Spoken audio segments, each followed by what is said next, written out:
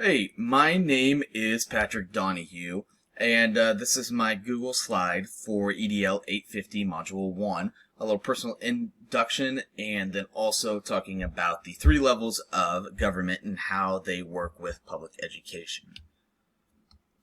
So to start with, I just got married 3 weeks ago. I've graduated from the University of Central Missouri with a degree in physical education. And after that, I worked as a substitute teacher in the area for 3 years. After that, I made a little career change and got into sales. And for about a year and a half, I worked for Power School and Seesaw. So right now I have had a little experience in the classroom and also on the educational technology side of the business world, as you may say. And so right now with my work currently, I am the substitute teacher coordinator for the Spring Hill School District, just kind of suburb of Olathe, Overland Park. And upon my completion of my master's program, I'd like to become a technology trainer for either a school district or work for an educational technology software company. Alright, so let's get into the three levels of government and their control over public education. So with the support of public schools, it comes at various levels of government. One of the biggest things I saw stated throughout looking at all our resources is that education is primarily a state and local responsibility in the United States. That doesn't mean that there isn't some at the federal level, but we'll take a look at that when we get to that section. For the local government, the states provide for less than half of the school's operating costs. Most states draw this funding largely from income and sales taxes. Districts are governed by elected members. Local school boards are also responsible for establishing curricula, hiring personnel, and deciding when schools should be closed, consolidated, or constructed. Districts are mostly funded by property taxes on homes and businesses within the school district's boundary as well. And when we get to the state level, state governments often choose to delegate much of their authority to the local districts, but they can reclaim that authority. States typically provide framework to districts to evaluate their performances. So as we see again, the local district has the most power so far, but the states like to make sure that they can see how schools are performing, and then when there is some funding coming from the state, they can allot that whichever way they see fit. And then you got the federal.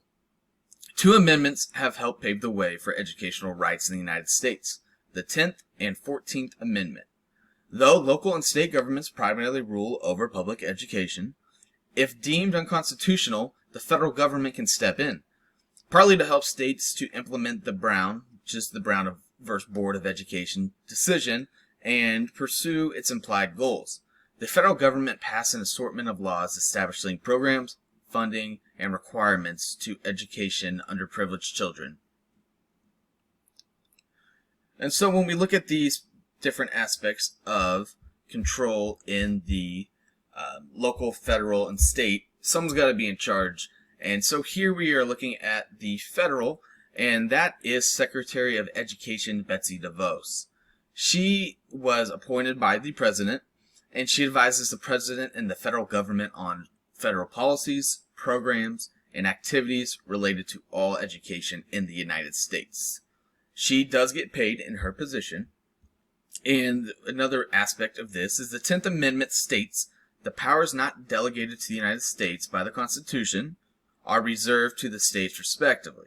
This might seem to preclude any federal oversight of education, except that the 14th Amendment requires all states to provide any person within its jurisdiction the equal protection of the laws. So you see at this higher aspect of the federal government, they're just trying to make sure that everybody is playing the fair game. And with that, we look at the U.S. Equal Employment Opportunity Commission. Here is the types of laws and discrimination that the U.S. Equal Employment Opportunity is responsible for enforcing. There's federal laws, regulations, EEOC, guidances there, commissions, decisions, and memoranda of understandings, informal discussion letters. So really the EEOC here looks at making sure that everybody has the equal opportunity at a job. making sure that no one is discriminated in the workplace. And so this was another big part with the federal law, making sure that everything is fair game across the board.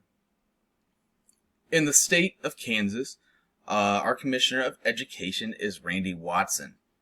The Commissioner of Education has ultimate responsibility for the entire agency and directly oversees those agency functions that provide services to the entire agency, including legal services and human resources. He as well is paid. And then when we break it down further to the local government, the local education is controlled by the Board of Education. Members help set policies to guide the district's operations as well as oversee the hiring of administration and faculty. These are volunteers, but they must run and be elected by the community. And we'll look at the NELP standards.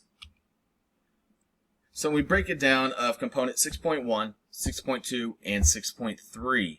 When I looked at 6.1, I felt that fit mostly with local. 6.2 I felt fit more with state, and 6.3 was with federal. And I have here that the federal support of education, research, and development, and the gathering and dissemination of information about the scope and quality of the nation's education system to inform policy and practice at the state and local level. So here we go with our references again on our local, federal, and state government. So as you can see, federal plays a role, but it's broken down mostly to the state, and then it comes down even further to the local board. So we see that the local board has a very high control, which I am currently seeing in my school district as in our time of pandemic, trying to figure out which way we are going to start school. Been watching all those board meetings and seeing how that works, how these board members are listening to the public as well as putting in their own informed decision and voting on that. And so I personally have felt the control of what the local board members have in our workplace, how things have been changing lately and how things could still change just based off a decision that is made.